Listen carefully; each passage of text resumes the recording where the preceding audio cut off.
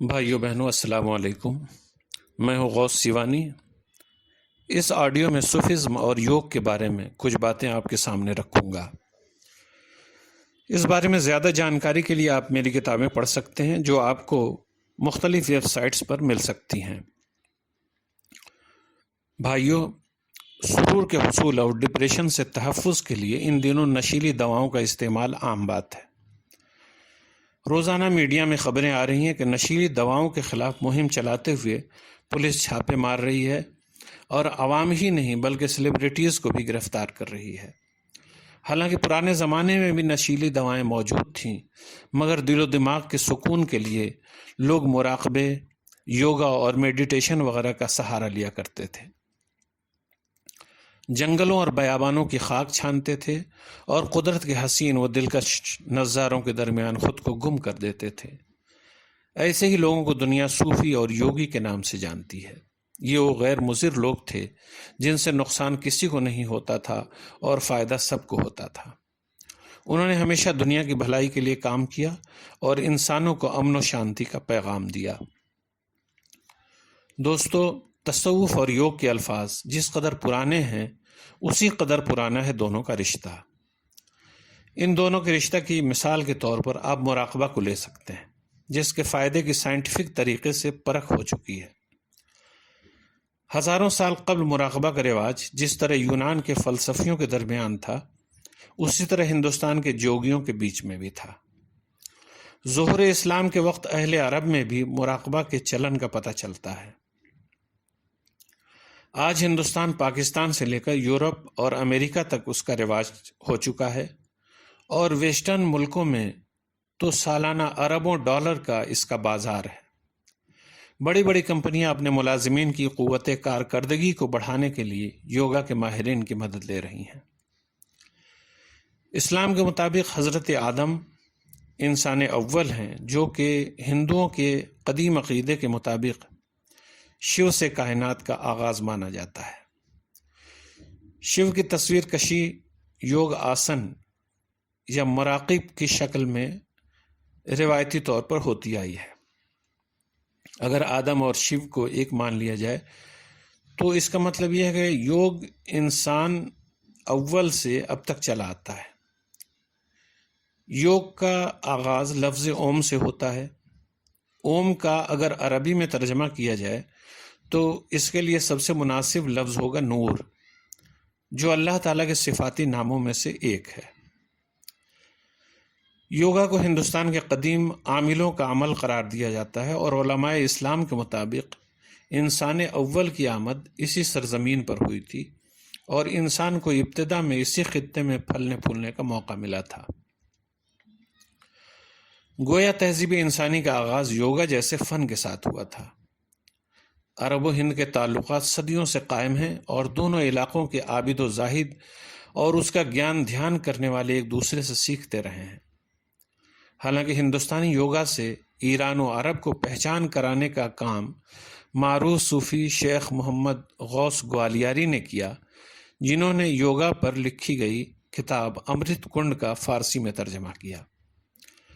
شیخ نے ابتدائی مغل بادشاہوں کا زمانہ دیکھا اور عہد اکبری میں ان کی شہرت عروج پر تھی۔ ان کا رہنا سہنا گوالیار مدھیہ پردیش میں تھا، مگر 80 سال کی عمر میں جب وہ آگرہ آئے تو شہنشاہ وقت جلال الدین محمد اکبر نے ان کا سواگت کیا۔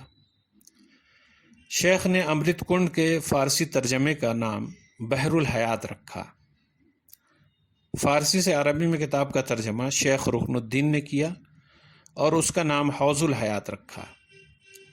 اس کتاب کے بارے میں مشہور ہے کہ سنسکرت میں تھی، مگر بحر الحیات کے مقدمے سے پتہ چلتا ہے کہ اصل کتاب ہندوی میں تھی۔ بحر الحیات کے صفحات کی تعداد 38 ہے۔ کتاب میں یوگا کے علاوہ ایسٹرونومی، میڈیکل سائنس اور میتھ کے مضامین ہیں۔ اس کتاب میں جسم انسانی کی پیدائش اور بناوٹ کا بھی نظریہ پیش کیا گیا ہے۔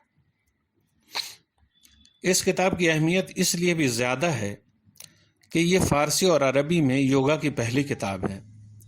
ایک حقیقت یہ بھی ہے کہ اصل کتاب امرت کنڈ اب دستیاب نہیں ہے، لہذا بحر الحیات کی اہمیت اور بھی بڑھ جاتی ہے۔ یہ اہم کتاب اپنے ترجمے کی شکل میں ہی محفوظ ہے۔ شیخ محمد غوث گوالیاری ایک وسیع المشرب صوفی تھے جن کا دروازہ ہر کسی کے لیے کھلا رہتا تھا۔ وہ سنگیت کے بھی زبردست ماہر تھے۔ انہی کی تربیت کا نتیجہ تھا مشہور موسیقار تان سین، جس کی شہرت ہر زمانے میں رہی ہے۔ تان سین کی قبر شیخ کی قبر کے پہلو میں ہے، جسے شیخ نے اپنا منہ بولا بیٹا بنا لیا تھا۔ پرانے زمانے میں صوفیوں اور یوگیوں کا میل جول عام بات تھی۔ وہ تصوف و عرفان کے موضوعات پر عموماً ایک دوسرے سے تبادلہ خیال کیا کرتے تھے۔ بابا فرید گنج شکر کی خانقاہ میں یوگیوں کا آنا جانا لگا رہتا تھا، جس کا ذکر متعدد سوانح نگاروں نے کیا ہے۔ شیخ نظام الدین اولیاء کے ملفوظات کے مجموعہ فوائد الفواد میں بھی اس کا بیان ہے۔ اکبر بادشاہ ایسی مجلسوں کا اہتمام کیا کرتا تھا جس میں مختلف مذاہب کے علماء شریک ہوتے تھے، اور مغل شہزادہ دارا شکوہ تو تصوف اور یوگ کا عالم تھا۔ وہ علماء اسلام کے علاوہ سادھوؤں، سنتوں اور ہندو دھرم کے گیانیوں سے ملتا رہتا تھا۔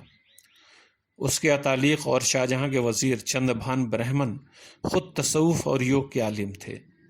بابا لال بیراگی کا ذکر انہوں نے اپنی ایک کتاب مکالمہ دارا شکوہ بابا لال بیراگی میں کیا ہے، جو شہزادہ سے ملے تھے اور شہزادہ نے ان سے کئی سوالات پوچھے تھے۔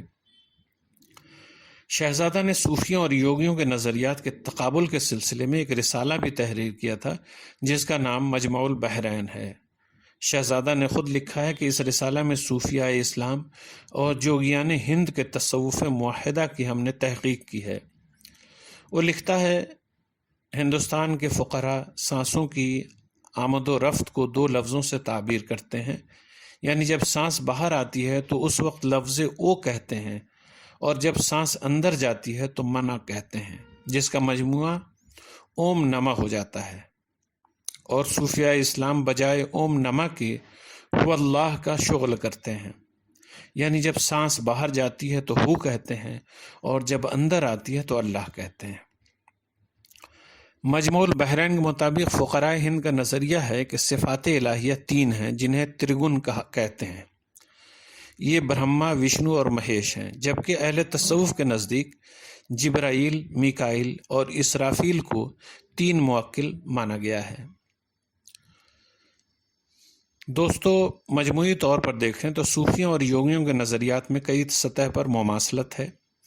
جیسے صوفیہ کے ہاں ذکر جلی، ذکر خفی اور حبس دم کے تصورات ہیں، اور یوگیوں کے ہاں بھی یہ سلسلہ چلا آ رہا ہے۔